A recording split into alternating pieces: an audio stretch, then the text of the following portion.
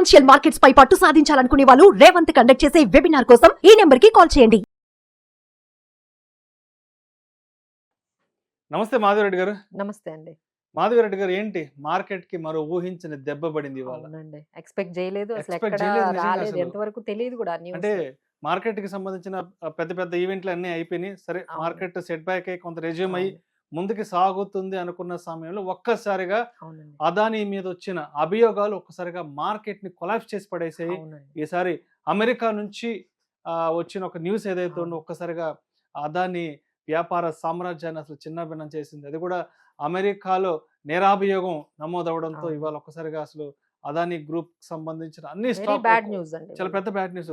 ఒక్కొక్క స్టాక్ అయితే ఇండివిజువల్ గా చూస్తే మనం ఒక్కొక్కటి 10 to 20% అవును. డౌన్ ఫాల్ అవ్వడం జరిగింది. అసలు ఓవరాల్ గా చూస్తే అదానికి సంబంధించిన వాల్యుయేషన్స్ 14.28 లక్షల కోట్ల నుంచి 12.42 లక్షల కోట్లకి పడిపోయిందంటే ఆల్మోస్ట్ 2.5 లక్షల కోట్ల రూపాయల సంపద ఇవాళ అవును. ఆవిరైపోవడం అవును. జరిగింది. ఏంటి అసలు ఏం జరిగింది అదానికి సంబంధించి? ఎటువంటి నేరాభియోగం అమెరికాలో ఆయన మీద నమోదైందంటారు? సో ఇది ఫస్ట్ టైం కాదండి, ఇది సెకండ్ టర్మ్ అని మనం అవును. చెప్పుకోవచ్చు. ఈ ఫాల్ అనేది మనకి అప్పుడు లాస్ట్ టైం ఫిబ్రవరిలో కూడా అప్పుడు హిండెన్బర్గ్ ఫస్ట్ అవును. టైం అదాని మీద యుఎస్, అది కూడా యుఎస్ బేస్డ్ ఒక టెక్నికల్ అనాలిసిస్ చేసే ఒక కంపెనీ అనాలిసిస్, ఒక అనలిస్ట్, ఒక హిండెన్బర్గ్ అనే అనలిస్ట్ ఫర్మ్ అనేది దాని మీద అభియోగం చేయడం, అప్పుడు కూడా మనం ఫస్ట్ టైం చూసాము ఇన్వెస్ట్మెంట్స్ అవి చేశారని. సో అలానే ఆ తర్వాత అప్పుడు కూడా స్టాక్ బాగా పడిందండి.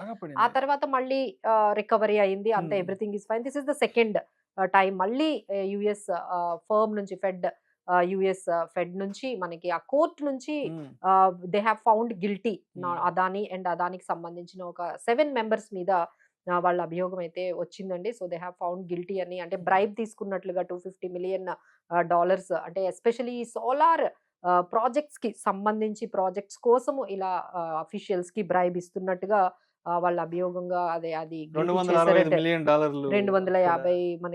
మిలియన్ వరకు బ్రైబ్ అనేది.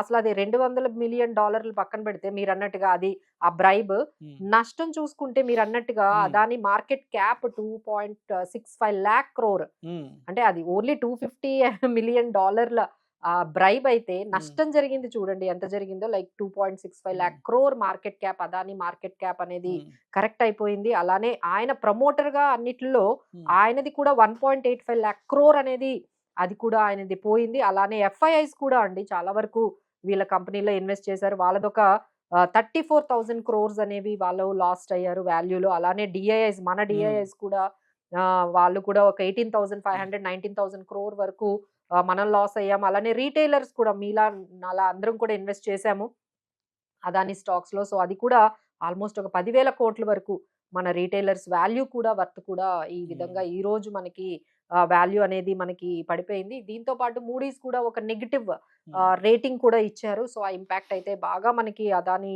దీంట్లో కనిపించిందండి. But it has started a long, ఈయన మీద ఎలిగేషన్స్ రావడం అనేది ఎప్పటి నుంచో జరుగుతుంది. సో నౌ దే ఆర్, అంటే ఇది కొంచెం అప్పుడు కూడా కొంచెం పొలిటికల్ గానే కొంచెం వెళ్ళింది. బట్ నౌ అగైన్ ఈసారి ఎలక్షన్స్ తర్వాత కాంగ్రెస్ గవర్నమెంట్ కొంచెం స్ట్రాంగ్ గా ఉంది కాబట్టి, so we might think like ఈ ఇష్యూ ఇంకొక ఎనదర్ 2-3 days అయినా మన మార్కెట్ లో అయితే ఒక 1 week వరకు అయితే నడిచే అవకాశం ఉందండి.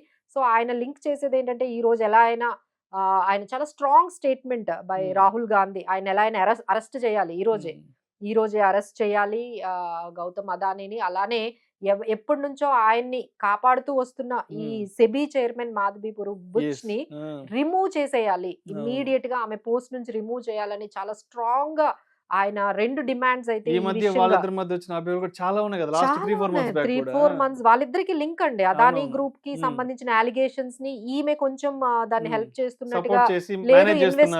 ఇన్వెస్టిగేషన్ ఎక్కువగా చెయ్యట్లేదు, అంటే యుఎస్ లోనే అంత ఇన్వెస్టిగేషన్ చేసిన వాళ్ళు మన ఇండియాలో ఎందుకు ఎక్కువ ఇన్వెస్టిగేషన్ అంత ఎక్కువగా చెయ్యట్లేదు, వాళ్ళు మరి ప్రూవ్ చేసినట్టుగా మన దగ్గర అట్లా ఎక్కువగా వెళ్తుందండి. సో పొలిటికల్ గా కూడా ఇది ఒక టర్న్ తీసుకోవచ్చు. సో ఏమైనా చార్జెస్ తీసుకొని ఆమెను ఏమైనా రిమూవ్ చేసినట్లయితే అది మళ్ళీ మార్కెట్ కి మళ్ళీ అది నెగిటివ్ గా అయితే చాలా వెళ్తుందండి.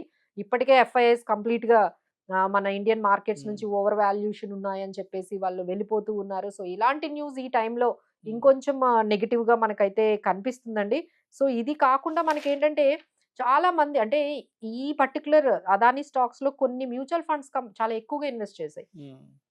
సో అందులో కొన్ని మనం మ్యూచువల్ ఫండ్స్ ని మనం చెప్పుకోవచ్చు. లైక్ క్వాంట్ స్మాల్ క్యాప్ వాళ్ళైతే అదానీ స్టాక్స్ లో చాలా వరకు ఇన్వెస్ట్ చేశారండి. అలానే SBI, ICICI, Invesco, Kotak, UTI, Nippon, ఇలా చాలా కొన్ని మ్యూచువల్ ఫండ్ కంపెనీస్ ఎక్కువగా ఈ అదానీ స్టాక్స్ లో ఎక్కువ ప్రపోర్షన్ ఎక్స్పోజర్ ఉన్న ఈ మ్యూచువల్ ఫండ్ స్కీమ్స్ అండి. ఎస్బీఐ నిఫ్టీ 50 కానీ, క్వాంట్ స్మాల్ క్యాప్ కానీ, ఇలాంటి అన్ని మ్యూచువల్ ఫండ్స్ కూడా ఈ అదానీ స్టాక్స్ లో ఎక్స్పోజర్ అనేది చాలా ఎక్కువగా ఉంది కొన్ని స్కీమ్స్ లోని. సో అది కూడా మనకు కొంచెం ఎవరెవరికైతే మ్యూచువల్ ఫండ్స్ ఉన్నాయో కొన్ని మ్యూచువల్ ఫండ్స్ అయితే కొంచెం ఇంపాక్ట్ ఎక్కువగా కనిపిస్తుంది.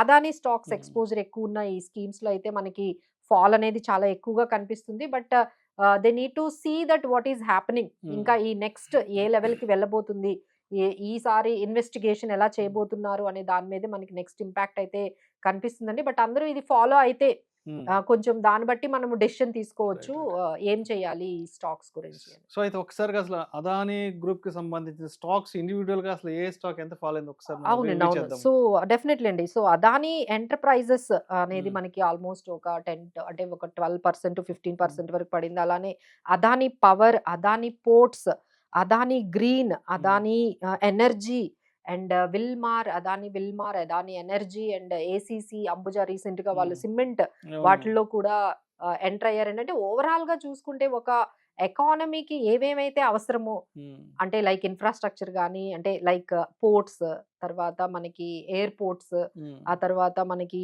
ఎనర్జీ, క్లీన్ ఎనర్జీ, నెక్స్ట్ ఏంటంటే పవర్, ఇలా ఇంపార్టెంట్ అంటే ఒక ఎకానమీకి ఇంపార్టెంట్ అయిన అన్ని ఆస్పెక్ట్స్ లో కూడా Adani has got very big అంటే పెద్ద సామ్రాజ్యాన్ని ఆయన పెట్టినట్టుగా కనిపిస్తుంది. సో డెఫినెట్లీ ఆ ఇంపాక్ట్ అయితే స్టాక్ మార్కెట్ మీద అయితే ఉంటుందండి. అలానే మన ఎకానమీ మీద కూడా కొంచెం ఇంకా కొంచెం ఉంటుంది. బట్ ఫైనల్ గా వాళ్ళ దగ్గర నుంచి అయితే ఒక స్టేట్మెంట్ వచ్చిందండి. అదానీ గ్రూప్ నుంచి ఒక స్టేట్మెంట్ అయితే రిలీజ్ చేశారు. So these are all baseless. మేము కూడా లీగల్ గా వెళ్ళి మేము ప్రూవ్ చేసుకుంటాము అని చెప్పి ప్రాసెస్ స్టార్ట్ చేస్తున్నాము. ఇవన్నీ కూడా బేస్లెస్. మా మీద వచ్చిన ఈ బ్రైబరీ ఇవన్నీ కూడా baseless. We will prove it అనేది వచ్చింది. So we have to wait and watch next few days లో ఏం జరగబోతుంది అనేది అయితే క్లీన్ గా అబ్జర్వ్ చేయాల్సిందండి. సో అయితే ఇప్పుడు మాధవి రెడ్డి గారు, ఇప్పుడు రిటైల్ ఇన్వెస్టర్స్ అనే వాళ్ళు అందరూ కూడా అదానీ స్టాక్స్ లో ఇన్వెస్ట్ చేస్తుంటారు కాబట్టి, అండ్ ఇవాళ ఫాల్ కూడా చూస్తున్నాము. ఆల్మోస్ట్ అదానీకి సంబంధించిన మార్కెట్ క్యాపిటలైజేషన్ 2.5 లక్షల కోట్ల రూపాయలు మొత్తం ఆవిరైపోయింది. అదేవిధంగా ఒక్కొక్క స్టాక్ కూడా 10 to 20% డౌన్ ఫాల్ ఉంది. కాబట్టి ఎస్పెషల్లీ అదానీ స్టాక్స్ లో ఇన్వెస్ట్ చేసిన రిటైల్ ఇన్వెస్టర్స్ అనే వాళ్ళు అంటే ఈ టైంలో వాళ్ళు ఏ విధంగా మేనేజ్ చేసుకోవాలి అంటారు? వాళ్ళ డెసిషన్ మేకింగ్ అనేది ఎలా ఉండాలి ఈ టైంలో? సో వాళ్ళ స్టాక్స్ అన్ని పీఈస్ అన్ని పక్కన రాసుకోవాలండి. అంటే ప్రతి అదానీ స్టాక్ కి పీఈ ఉంటుంది. సో కొన్ని అదానీ స్టాక్స్ పీఈస్ చాలా హైలో ఉన్నాయి. సో 100 టైమ్స్ కానీ, లేకపోతే 120 టైమ్స్ కానీ, కొన్ని పీఈస్ చాలా తక్కువ ఉన్నాయి. ఎక్కడైతే వాల్యూషన్స్ అనేవి కరెక్ట్ గా ఉన్నాయో అక్కడ మీరు భయపడాల్సింది ఏమీ లేదండి. సో బట్ ఎక్కడైతే హై వాల్యూషన్స్ లో ఎక్కువగా ట్రేడ్ అవుతున్నాయో ఆ పర్టికులర్ స్టాక్స్ అయితే మాత్రం మీరు హై పీఈ ఉన్న స్టాక్స్ అయితే మాత్రం ఒక్కసారి మీరు అబ్జర్వ్ చేసి వాటిల్లో ఏం చేయాలి అనేది మాత్రం ఆ స్టాక్స్ మీద అయితే మీరు కంపల్సరీ కొంచెం టైం అయితే స్పెండ్ చేయాల్సిన అవసరం అయితే ఉందండి.